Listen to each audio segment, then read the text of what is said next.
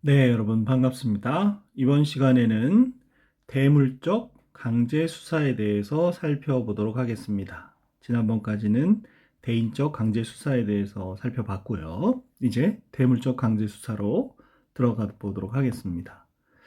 처음으로 볼 것은 수사기관의 압수수색인데요.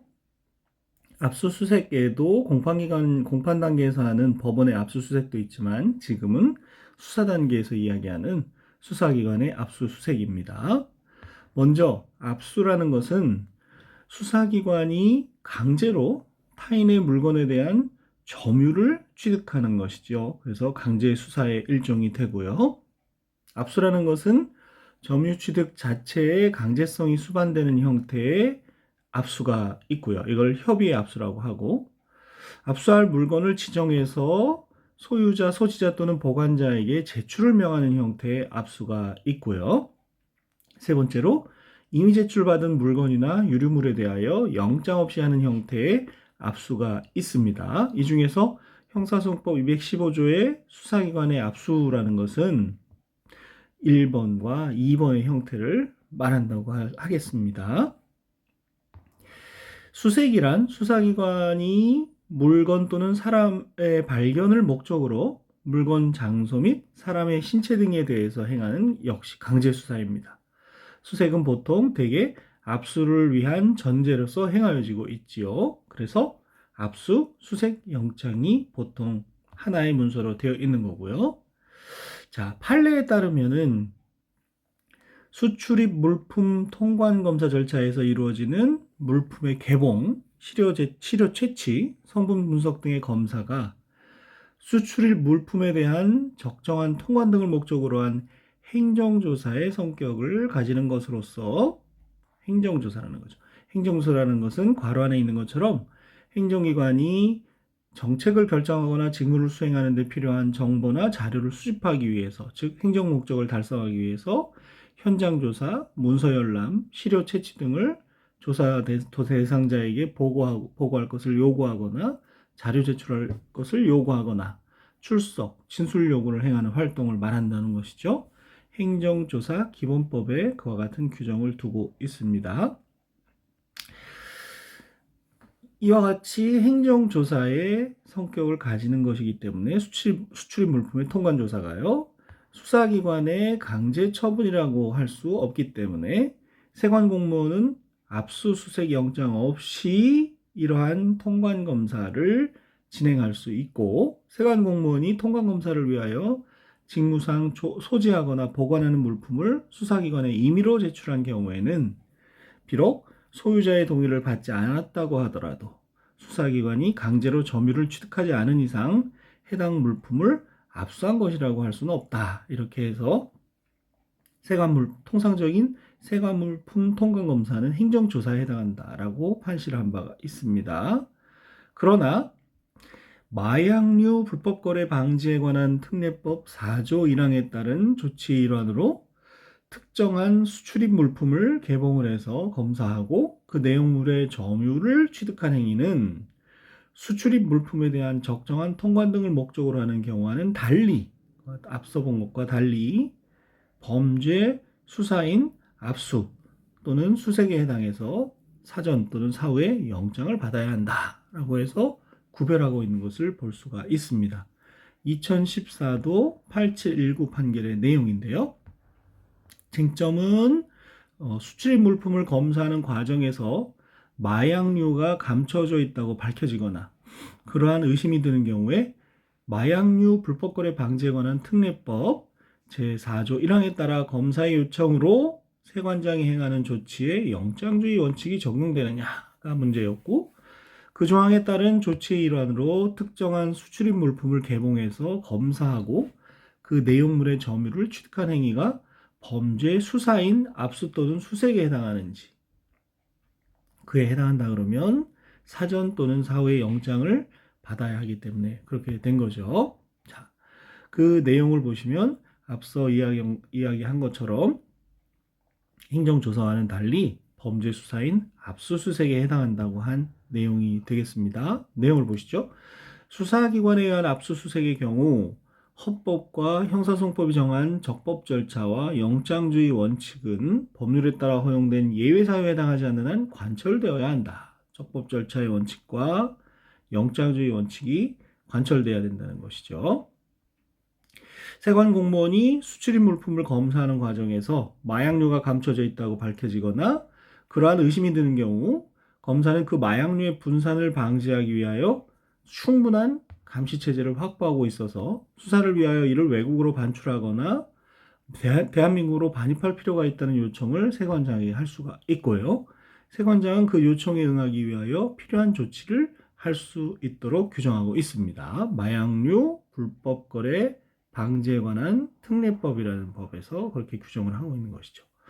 그러나 이러한 조치가 수사기관에 의한 압수수색에 해당하는 경우에는 영장주의 원칙이 적용된다는 것이죠.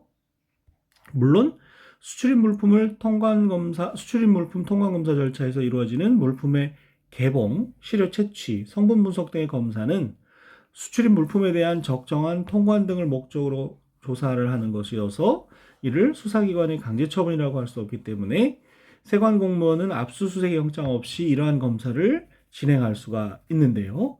세관 공무원이 통관 검사를 위하여 직무상 소지하거나 보관하는 물품을 수사기관에 임의로 제출하는 경우에는 비록 소유자의 동의를 받지 않았다고 하더라도 수사기관이 강제로 점유를 취득하지 않은 이상 해당 물품을 압수하였다고 할 수는 없다. 그러나 마약류 불법 거래 방지에 관한 특례법 4조 제1항에 따른 조치의 일환으로 특정한 수출입 물품을 개봉해서 검사하고 그 내용물의 점유를 취득한 행위는 위에서 본 수출입 물품에 대한 적정한 통관 등을 목적으로 조사를 하는 경우와는 달리 범죄 수사인 압수 또는 수색에 해당하여 사전 또는 사후에 영장을 받아야 한다라고 한 판례이죠.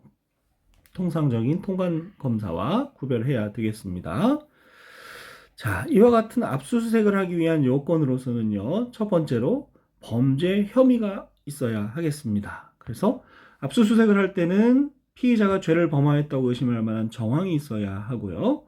범죄 혐의의 정도는 구속에 있어서의 범죄 혐의의 정도, 즉 죄를 범하였다고 의심할 만한 상당한 이유보다 낮은 수준으로도 가능하다고 보고 있습니다. 압수수색은 그보다 다소 낮다는 것이죠. 따라서 압수수색 영장을 청구함에 있어서는 상당한 범죄 혐의가 아닌 단순한 범죄 혐의가 있다고 인정되는 정도의 자료 제출을 요구하는 데 그친다라고 볼 수가 있고요. 그래서 압수수색이 비교적 쉽게 이루어지는 것이 문제라는 비판도 있습니다. 한편 범죄 혐의 외에 압수수색의 필요성과 비례성도 있어야 되겠죠. 압수수색은 범죄 수사에 필요한 때 할 수가 있고요. 압수할 물건이 증거 방법으로 의미가 있게 되거나 몰수될 개연성이 있어야 하고 수색은 압수할 물건을 발견하기 위한 것이어야 합니다. 한편 압수수색의 경우에도 강제수사 일반에 있어서와 같이 비례 원칙 내지는 비례성의 원칙이 요구가 되어서요. 강제수사의 필요성이 인정되어야 하고 최소한의 범위 내에서 압수수색이 이루어져야 하며 최소 침해 원칙이라고 할 수 있고요. 수사의 목적 달성과 피압수자에 대한 침해가 서로 균형을 이루어야 하는 법익 균형의 원칙도 지켜줘야 하겠습니다. 그 다음에 압수수색의 요건으로서 중요한 것은 피의 사건과의 관련성이 되겠습니다. 관련성은 압수수색의 요건으로 추가가 됐는데요. 압수수색은 피의 사건과 관계가 있다고 인정할 수 있는 것에 한정된다고 215조, 219조에서 준용하고 있고요. 106조 1항, 107조 1항, 109조 1항에서 볼 수가 있습니다. 즉 적법한 압수수색 과정에서 드러난 제3자의 범행 사실이 담긴 녹음 파일은 제3자의 범행 사실에 대하여는 위법 수입 증거로서 증거 능력이 없을 뿐만 아니라 이로 인하여 얻은 2차적 증거도 증거로 할 수 없다고 대법원 판례가 판시하고 있는 이유가 바로 피의 사건과 관계가 있다고 인정할 수 있어야 되기 때문에 그렇습니다. 판례의 내용은요, 수사기관이 피의자 갑의 공직선거법 위반 범행을 영장 범죄 사실로 하여 발부받은 압수수색 영장의 집행 과정에서 갑이 아닌 을과 병 사이의 대화가 녹음된 녹음 파일을 압수를 해서 을과 병의 공직선거법 위반 혐의 사실을 발견한 사안이 되겠습니다. 그래서 별도의 압수수색 영장을 발부받지 않고 압수한 을과 병 사이의 녹음 파일은 위법 수집 증거로서 증거 능력이 없다고 한 사례입니다. 이러한 입장에 따르게 되면 수사기관이 적법하게 압수수색하는 과정에서 우연히 발견한 증거는 영장 없이 압수할 수 있다는 미국 법상의 영장주의 예외 이론으로서 플레인 뷰 덕트린이라는 게 있습니다. 플레인 뷰, 평범한 눈으로 유관이라고도 번역을 하는데요. 현미경이나 망원경 이런 장비를 쓰는 것이 아니라 육안으로 봐서 압수수색할 수 있다. 추가적으로 그런 법리는 우리나라에서 인정되지 않는 것으로 보여지고요. 한편 미국에서는 쿨리지와 뉴 햄프셔 사건에서 1971년도의 얘기인데요. 그 판례를 통해서 수사기관이 적법하게 특정한 장소에 들어간 결과 발견하게 된 즉시 식별할 수 있는 즉시 플레인 뷰로서 즉시 식별할 수 있는 압수 대상물의 경우에는 범죄 혐의와 관련성이 없어도 그렇죠? 관련성이 없어도 영장 없이 압수할 수 있다는 플레인 뷰 법리가 형성이 되었고요. 이후 우연한 발견의 요건을 완화하는 추세에 있다고 합니다. 그러나 우리 형사정법에서는 체포 구속과 연결되지 않은 긴급성만을 요건으로 하는 압수수색은 허용되지 않고 그래서 독자적인 긴급 압수수색을 허용해야 된다라는 논의가 여기서 이제 나오게 되는 거고요. 2008도 2245 판결도 체포구속과 관련성 있는 물건에 대한 압수만을 허용함으로써 플레인 뷰 이론을 받아들이지 않았다. 이렇게 이해할 수가 있는 것입니다. 그래서 관련성의 요건이 중요하다라고 알고 계셔야 되겠습니다. 압수수색의 대상은요. 먼저 압수의 대상은 피의 사건과 관계 있다고 인정할 수 있는 것에 한정하여 즉 관련성 있는 것 중에서 증거물 또는 몰수할 것으로 사료되는 물건이 되겠습니다. 증거물과 몰수물이 되겠죠. 관련성 있는 증거물과 몰수물이 되겠습니다. 다만 법률에 다른 규정이 있는 때에는 예외로 할 수가 있겠고요. 증거물의 압수는 형사소송의 목적을 달성하기 위한 것이고 몰수할 것으로 생각되는 물건의 압수는 재판의 집행을 원활히 하기 위한 것이다. 이렇게 보시면 되겠고요. 압수의 목적물로서 정보 조작 매체도 대상이 됩니다. 컴퓨터용 디스크, 그 밖에 이와 비슷한 정보 조작 매체도 압수의 대상이 됩니다. 219조에 의해서 106조 3항이 또 준용되는 것을 볼 수가 있고요. 우체물의 압수에 대해서는 특칙이 있습니다. 우체물. 수사기관은 필요한 때에는 피의 사건과 관계가 있다고 인정할 수 있는 것에 한정하여 역시 관련성 요건 하에 우체물 또는 통신비밀보호법에 따른 전기통신에 관한 것으로서 최신관서, 그 밖의 관련기관 등이 소지 또는 보관하는 물건을 압수할 수가 있겠습니다. 수사기관이 압수를 할 때에는 발신인이나 수신인에게 그 취지를 통지를 해야 되겠습니다. 이와 같이 압수의 대상은 크게 세 가지로 나눠서 볼 수가 있고요. 수색의 대상은 피의자의 신체, 물건, 주거 또는 기타 장소로서 역시 피의 사건과 관계가 있다고 인정할 수 있는 것에 한정이 됩니다. 관련성이 역시 요구가 되죠. 피의자 아닌 자의 신체, 물건, 주거, 기타 장소에 관하여는 압수할 물건이 있음을 인정할 수 있는 경우에 한정하여 압수할 물건이 있다라고 있는 경우에 한정해서 피의자 아닌 자의 신체나 물건, 주거, 기타 장소에 관해서 수색할 수 있다는 것에 유의를 해야겠고요.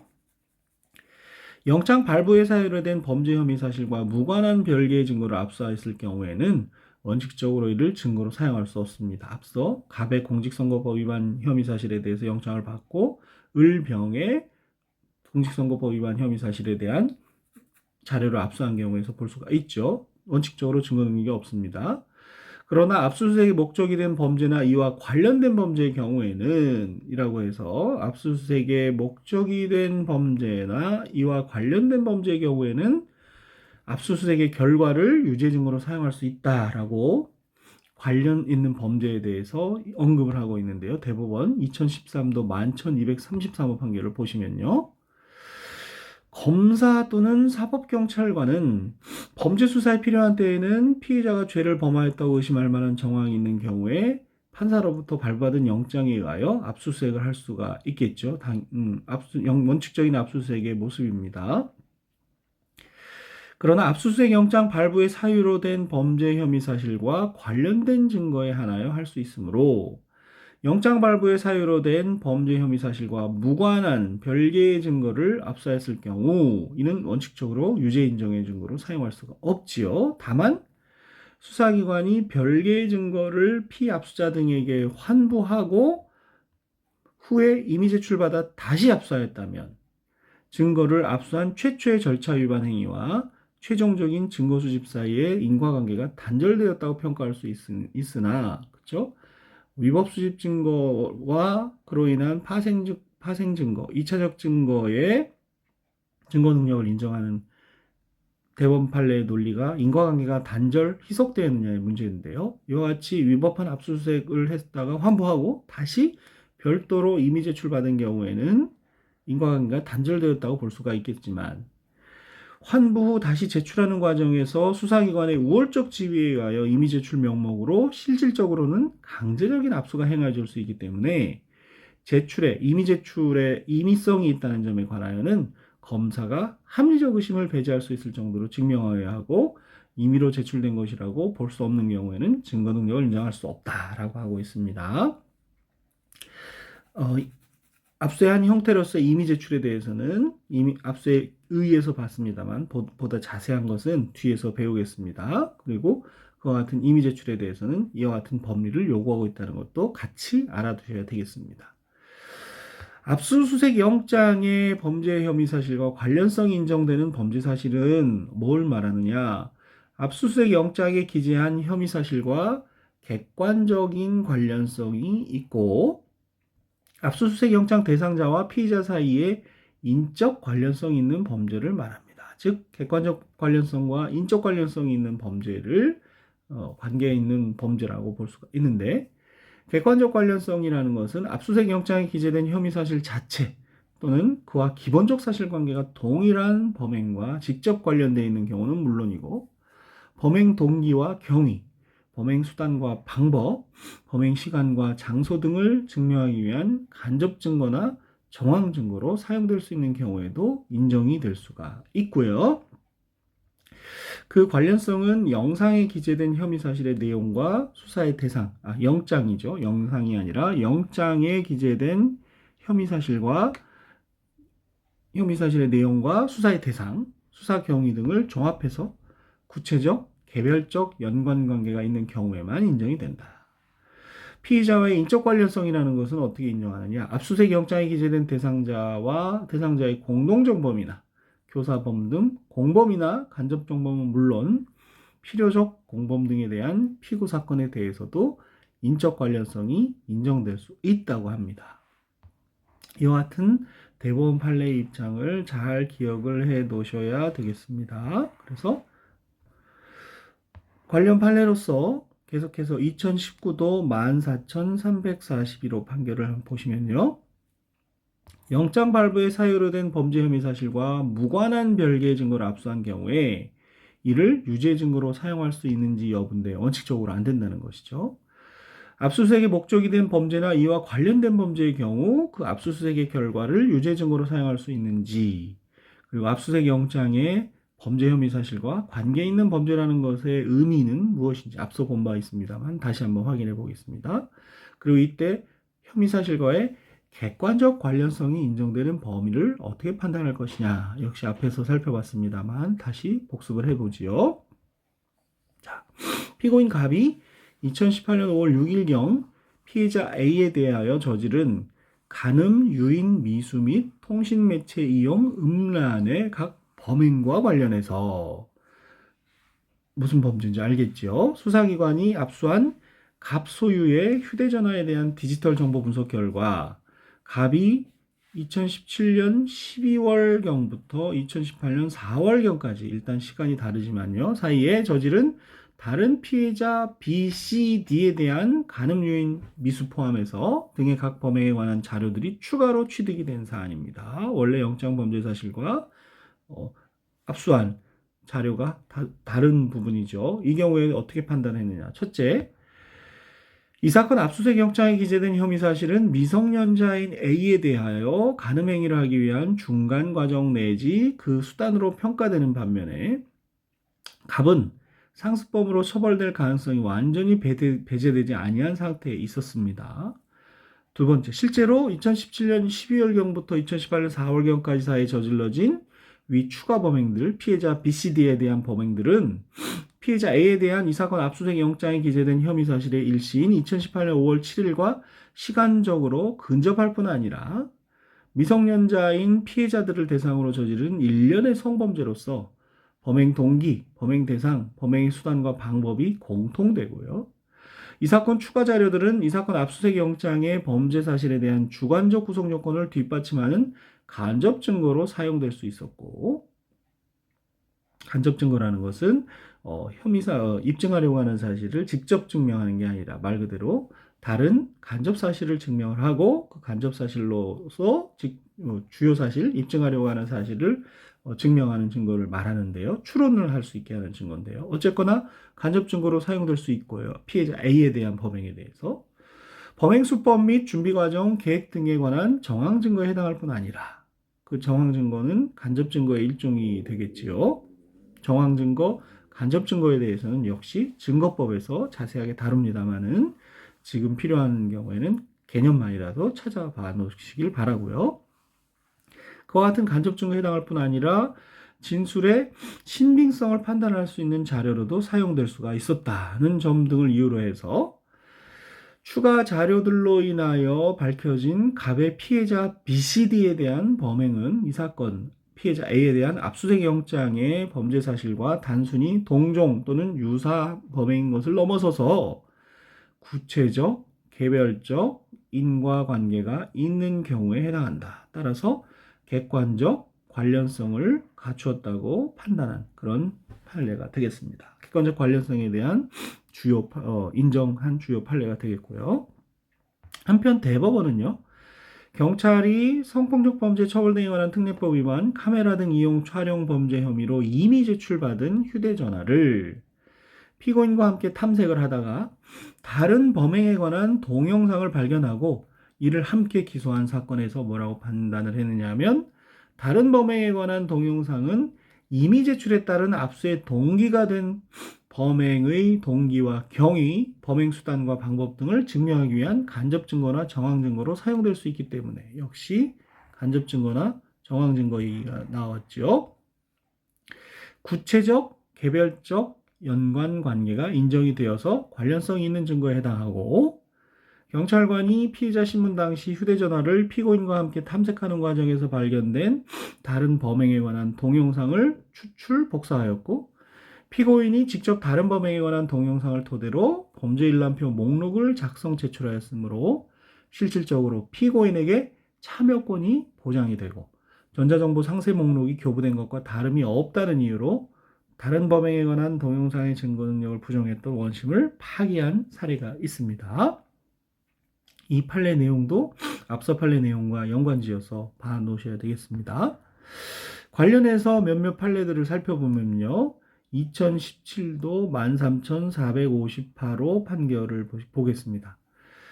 영장 발부의 사유로 된 범죄 혐의 사실과 무관한 별개의 증거를 압수하였을 경우에 이를 유죄 인정의 증거로 사용할 수 있는지에 관한 앞서 판례를 다시 한번 확인해 볼 수 있고요. 압수수색 영장의 범죄 혐의 사실과 관계 있는 범죄라는 게 어떤 걸 의미하고 그 범위가 어떻게 되는지를 볼 수 있는, 다시 또 확인해 볼 수 있는 판례이지요.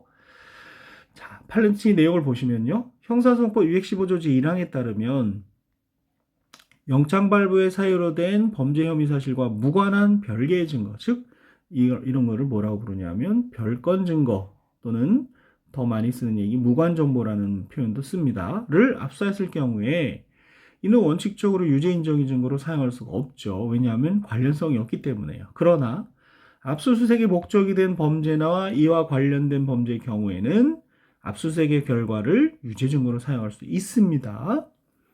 압수수색 영장의 범죄 혐의 사실과 관계 있는 범죄라는 것은 앞서 본 바와 같이 압수수색 영장에 기재한 혐의 사실과 객관적 관련성이 있어야 하고요.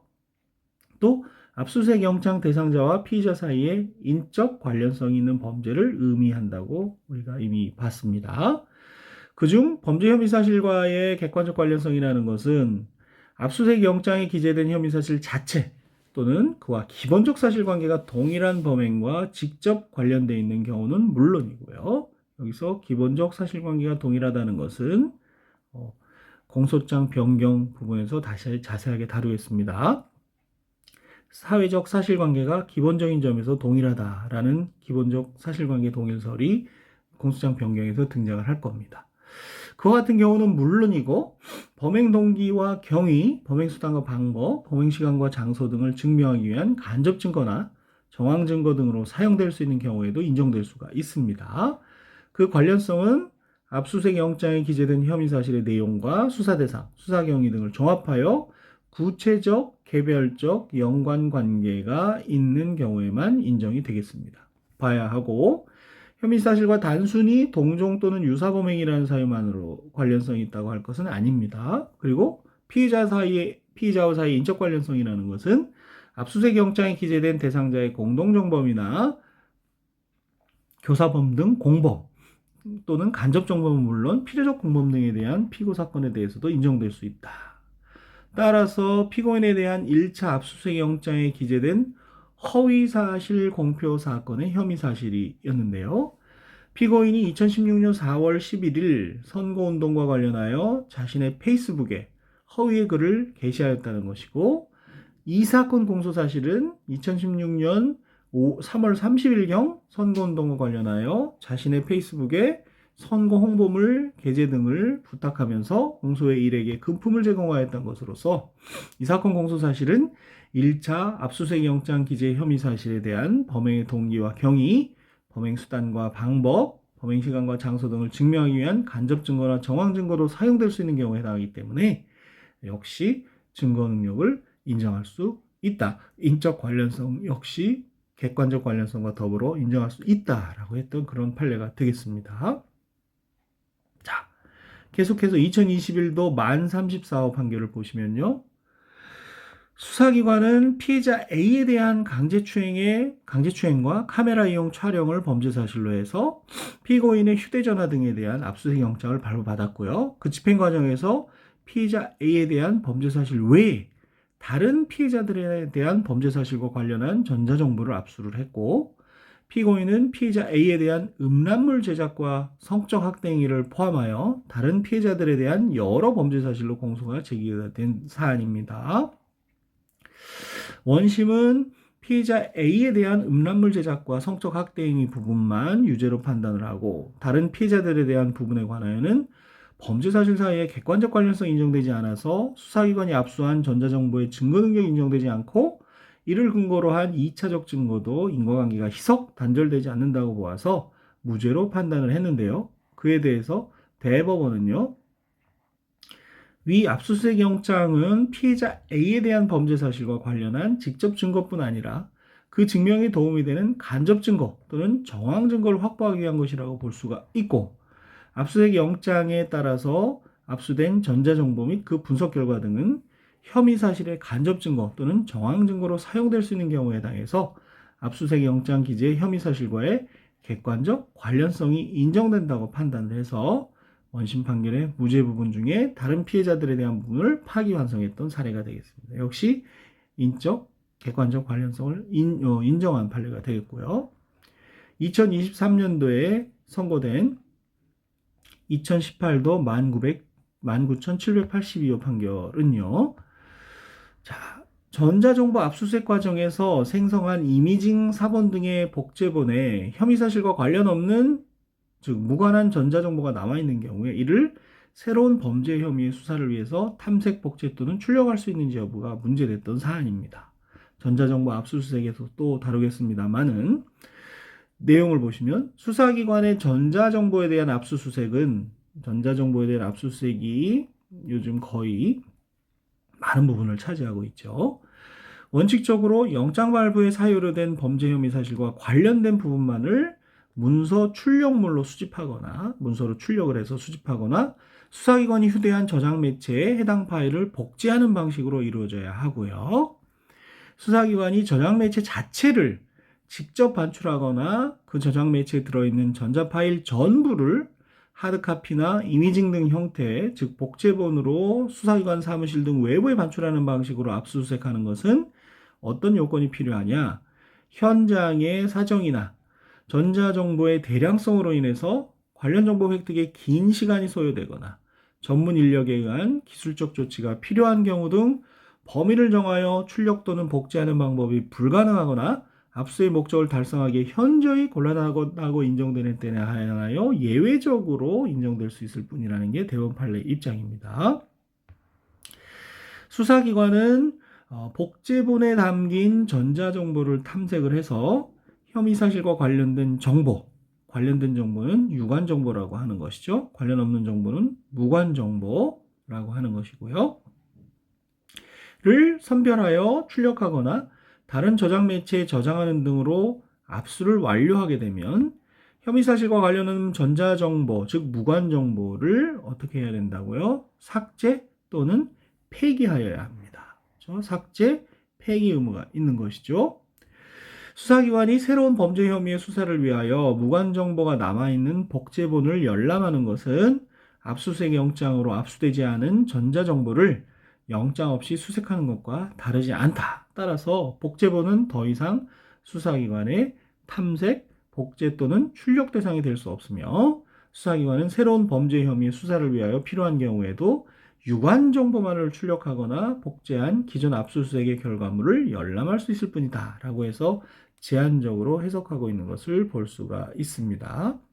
최근에 검찰에서 검찰 내부에 D넷이라고 하는 장비를 이용해서 무관정보로 보여지는 그런 정보까지 다 보관하고 있었던 것이 삭제 폐기하지 않고 문제가 되고 있어서 지금 사건이 진행 중인 것으로 알고 있는데요. 그 사건의 진행 추이를 또 봐야 되겠습니다. 새로운 판례가 또 등장하지 않을까 예상이 되고요. 자, 압수수색은 몇몇 경우에는 제한이 됩니다. 첫 번째로 군사상 비밀 같은 경우에는 군사상 비밀을 요하는 장소는 책임자의 승낙이 있어야 압수수색할 수가 있습니다. 그렇지만 이 경우 책임자는 국가의 중대한 이익을 해치는 경우를 제외하고는 승낙을 거부하지 못한다. 이렇게 규정을 두고 있고요. 공무상 비밀과 압수에 대해서도 제한이 되죠. 공무원 또는 공무원이었던 자가 소지 또는 보관하는 물건에 관하여는 본인 또는 그 해당 공무소가 직무상의 비밀에 관한 것임을 신고한 때에는 소속 공무소 또는 해당 감독 관공서의 승낙 없이는 압수하지 못하고요. 이 경우에도 역시 소속 공무소 또는 해당 감독 관공서는 국가에 중대한 이익을 해야 하는 경우를 제외하고는 승낙을 거부하지 못한다고 하고 있습니다. 세 번째, 업무상 비밀과 압수가 제한되는 경우인데요. 법조윤리에서 아마 많이 배웠을 텐데요. 변호사, 변리사, 기타 쭉 언급이 되면서 종교직에 있는 자 또는 이러한 직에 있던 자까지 과거에 그런 직무에 종사한 자가 업무상 위탁을 받아서 소지 또는 보관하는 물건으로서 타인의 비밀에 관한 것은 압수를 거부할 수가 있지요. 다만 예외가 있어서 역시 타인의 승낙이 있거나 중대한 공익상 필요가 있는 때에는 예외가 인정이 됩니다. 자, 그리고 의류나 식량 등의 압수도 제한이 될 수 있는데 검사 또는 사법경찰관은 체포, 구속된 피의자가 도망하거나 범죄의 증거를 인멸할 염려가 있다고 인정할 만한 상당한 이유가 있을 때에는 변호인이 아닌 자와의 수수할 서류, 기타 물건을 압수할 수 있지만 이때에도 압수가 안 되는 것은 의류, 그 다음에 식량, 의료품 같은 것은 압수할 수가 없다는 규정을 두고 있습니다. 네, 여러분 오늘은 압수의 의의, 압수수색의 의의, 압수수색의 대상과 제한에 대해서 살펴봤습니다. 다음 시간에는 압수수색의 절차에 대해서 살펴보도록 하겠습니다. 수고하셨습니다.